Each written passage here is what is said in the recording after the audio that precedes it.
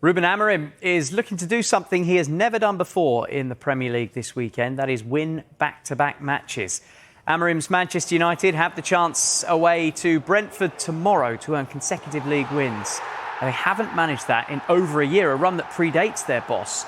Amorim says his players need to show the desire to win if they are to take home all 3 points.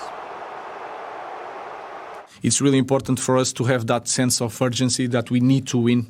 No matter what, and it's going to be really difficult. Every time we start preparing the game and you watch the next opponent, you think it's going to be really, really tough. I have that feeling, but for me, we cannot control the result of the game, but for me, the most important thing is to start the game the way we start against Chelsea, the way we start against Burnley, the way we start against Arsenal. These kind of games we need to be really focused and to have that feeling that we need to win every match. Amorim confirmed that Amad Traore has been given leave of absence tomorrow because of a family bereavement. Amorim says the club have allowed him time off to cope with the loss and were taking the appropriate steps to support him.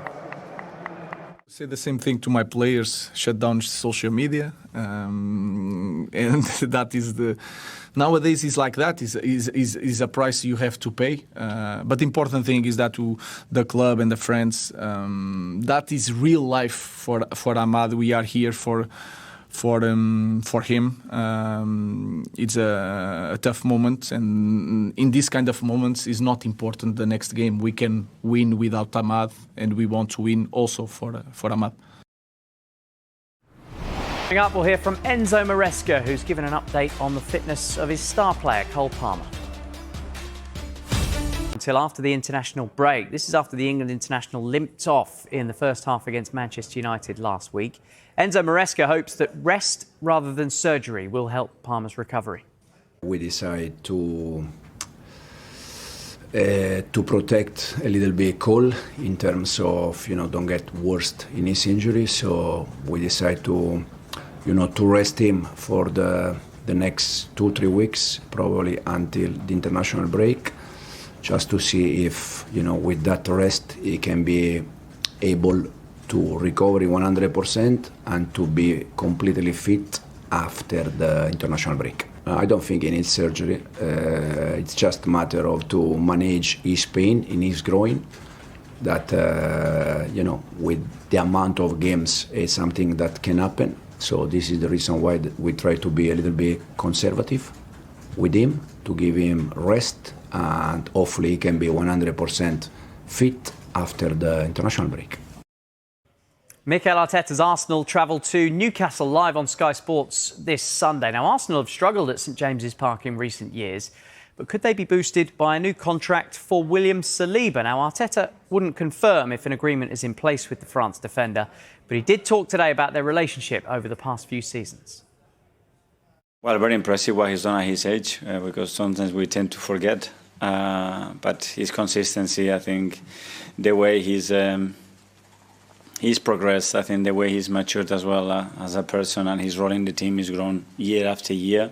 I think he's built a partnership with Gavi especially, but with the back line and the keeper that has given the best defensive record in the last 3 years, I think, and he's been pivotal to that. I can imagine you had certain expectations of him when you gave him his debut. How much he exceeded those expectations? Yeah, probably all of them, I would say, especially the way we started our relationship, when probably we have different expectations or ideas of how we have to start to create the best pathway for him to fulfill his potential. But I think at some points we got to the same conclusion, to the same line. We started to work together, and from there, with the help of all the coaches and players, everything started to flourish. When you hear that noise, and you can understand certain expectations, at the end players have feelings, players have been educated as well in their families, maybe dreaming about something one day, and that's a really natural thing to have. When I sit down with William and I ask him the question, he said, "No, I want to stay here. I want to play for you," and I'm very happy in his own way. So that's great to hear.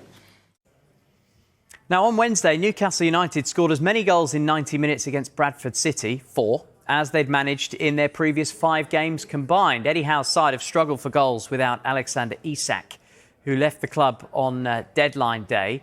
They brought in Nick Voltemada, who did manage a goal on his debut against Wolves, but there's still plenty of debate on whether the big striker is a number 9 or a number 10.